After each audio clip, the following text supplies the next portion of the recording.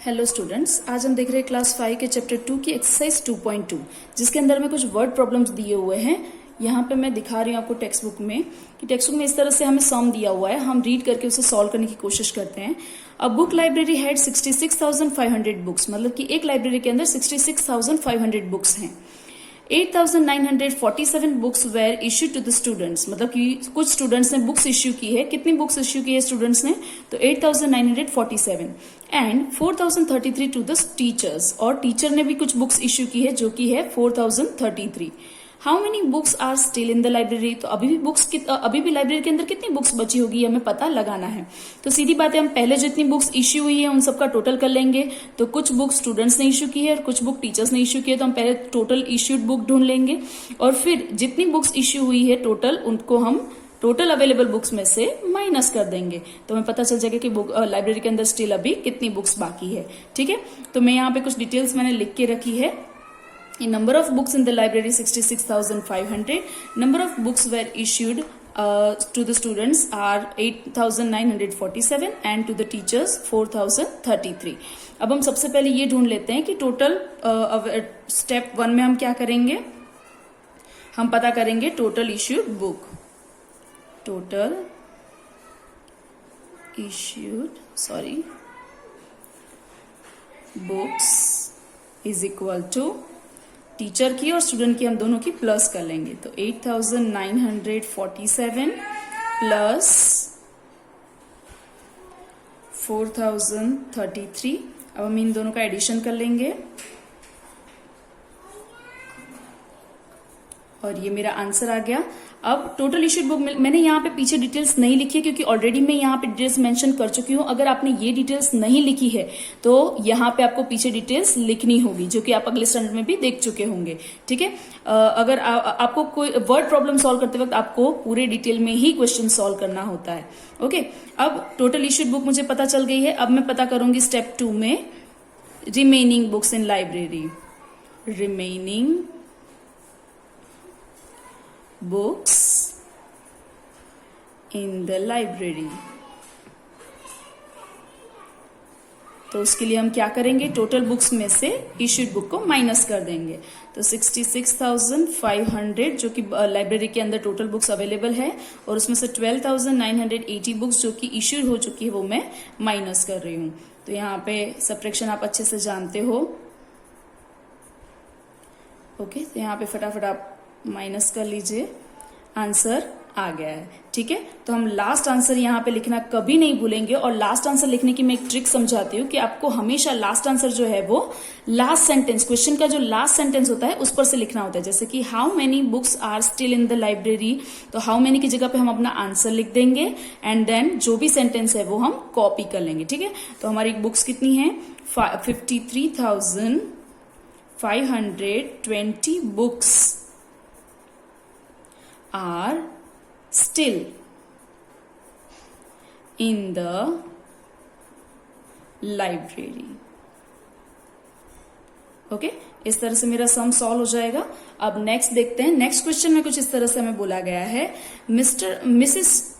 Patnik bought a laptop for rupees 42,555 and a refrigerator that was priced 7,920 less than the laptop। मतलब कि एक laptop खरीदा है जिसकी प्राइस है 42,555 और एक रेफ्रिजरेटर खरीदा है, पर रेफ्रिजरेटर की प्राइस लैपटॉप से थोड़ी सी कम है। कितनी कम है? 7,920। हाउ मच डिड शी पे फॉर बोथ, तो पहले तो हमें रेफ्रिजरेटर की प्राइस ढूंढनी पड़ेगी जो कि लैपटॉप की प्राइस में से इतना माइनस करने पर मिलेगी। ठीक है, लैपटॉप की प्राइस में से हम 7,920 माइनस करेंगे तो हमें रेफ्रिजरेटर की प्राइस मिल जाएगी। देन हम लैपटॉप की प्राइस एंड रेफ्रिजरेटर की प्राइस को प्लस कर देंगे। ओके, तो मैंने जो क्वेश्चन में से इंपॉर्टेंट डिटेल्स है वो लिख के रखी है कि laptop price and refrigerator price is this. तो पहले हम पता लगाएंगे price of refrigerator, price for the refrigerator, मैं यहाँ पे शॉर्ट में लिख रही हूँ। ठीक है, आप लोग पूरा लिख दीजिए। मैं यहाँ पे ये स्टेप 1 होगा हमारा। तो मैं क्या करूंगी, लैपटॉप की प्राइस 42,555 में से 7,920 को माइनस कर दूंगी। ये 5, 3, यहाँ पे 15 एंड 3, मैं माइनस करने पर आंसर मुझे मिल जाएंगे कुछ इस तरह से। ये रेफ्रिजरेटर की प्राइस हो गई। अब हमें बोला था कि टोटल उन्होंने कितना पे किया, तो टोटल पेमेंट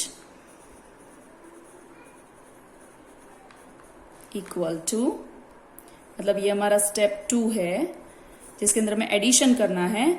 लैपटॉप की प्राइस 42,555 एंड रेफ्रिजरेटर की प्राइस हमें मिल चुकी है 34,635। हम इन दोनों का एडिशन कर देंगे।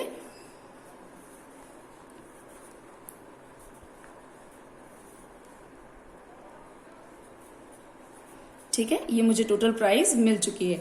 तो मैं यहाँ पे लास्ट आंसर लिखने के लिए वापस अपनी टेक्स्ट बुक का क्वेश्चन देखूंगी, जिसके अंदर क्वेश्चन कुछ इस तरह से दिया हुआ है। मुझे लास्ट सेंटेंस में देखूंगी कि हाउ मच डिड शी पे फॉर बोथ। तो शी पेड, और जितना हमारा आंसर है वो हम लिख देंगे और लास्ट सेंटेंस में कॉपी कर देंगे। ओके, तो so she paid ₹77,190 for both.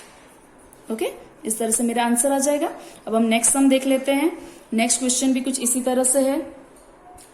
Question 3 कुछ इस तरह से है। देयर आर 55,299 हनी बीज इन द बी हाइव्स। मतलब एक बी हाइव के अंदर, बी हाइव मतलब जिसके अंदर मधुमक्खियां रहती है, तो उसके अंदर टोटल 55,299 हनी बीज मतलब कि मधुमक्खियां रह रही है। ऑन मंडे 4,684 बीज वेंट आउट। मंडे के दिन 4,684 बीज went out in the morning looking for flowers. 4,684 बीज जो है वो मंडे के दिन मॉर्निंग में बाहर चली गई फ्लावर के लिए। ठीक है, देन 3,276 बीज went out in the afternoon, और दोपहर को 3,276 बीज बाहर चली गई।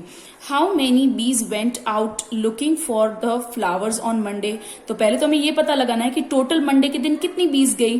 तो मॉर्निंग में इतनी और दोपहर में इतनी, मतलब आफ्टरनून में इतनी बीज गई है। तो हम इन दोनों का टोटल करेंगे तो हमें पता चल जाएगा कि मंडे को दिन कितनी बीज बाहर गई। एंड हाउ मेनी बीज did not leave the bee hive on Monday, और कितनी बीज ऐसी हैं जो अभी भी बी हाइव के अंदर ही है, जो कि बाहर नहीं गई। तो हम मंडे के दिन बाहर जाने वाली टोटल बीज को अवेलेबल बीज में से माइनस कर देंगे तो हमें आंसर मिल जाएगा।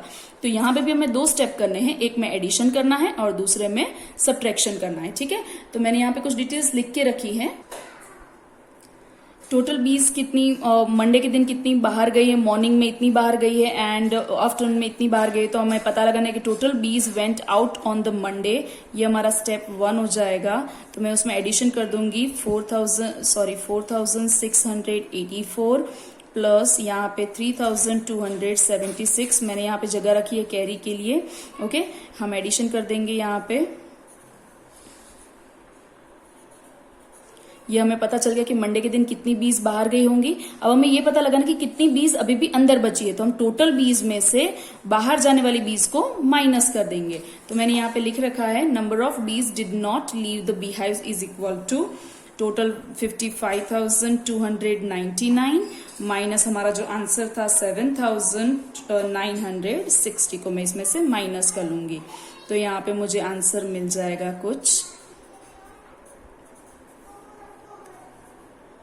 कुछ इस तरह से मेरा आंसर आ जाएगा। तो मुझे यहाँ पे पता चल जाएगा और मैं लास्ट आंसर टेक्स्ट बुक में से कॉपी कर लूंगी जो कि हमें पूछा गया है। अगर आप नहीं, यहाँ पे मैंने डिटेल में लिखा हो तो आप इसी में से लिख लो तो भी चलता है। सो 47,339 beehives did not leave the beehive on Monday। ठीक है, इस तरह से हमारा आंसर हो जाएगा। अब लास्ट क्वेश्चन देख लेते हैं, क्वेश्चन 4, जिसके अंदर कुछ इस तरह से क्वेश्चन दिया हुआ है हमें। Mary takes a loan of ₹80 lakh from the bank to buy a house. If she also pays 7 lakh from her own saving, how much does the house cost?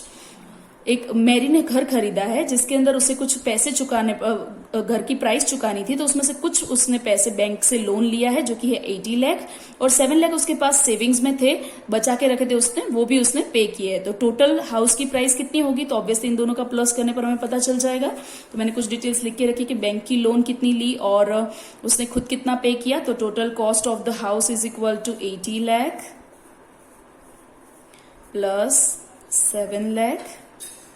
Okay, हम प्लस करते ही हमें answer मिल जाएगा 87 lakh. Okay, तो हमें यहां पे पता चल जाएगा। So the cost of house is rupees 87 lakh, sorry 87 lakh. Okay, यहां पे मेरी एक्सरसाइज खत्म हो रही है। Thank you.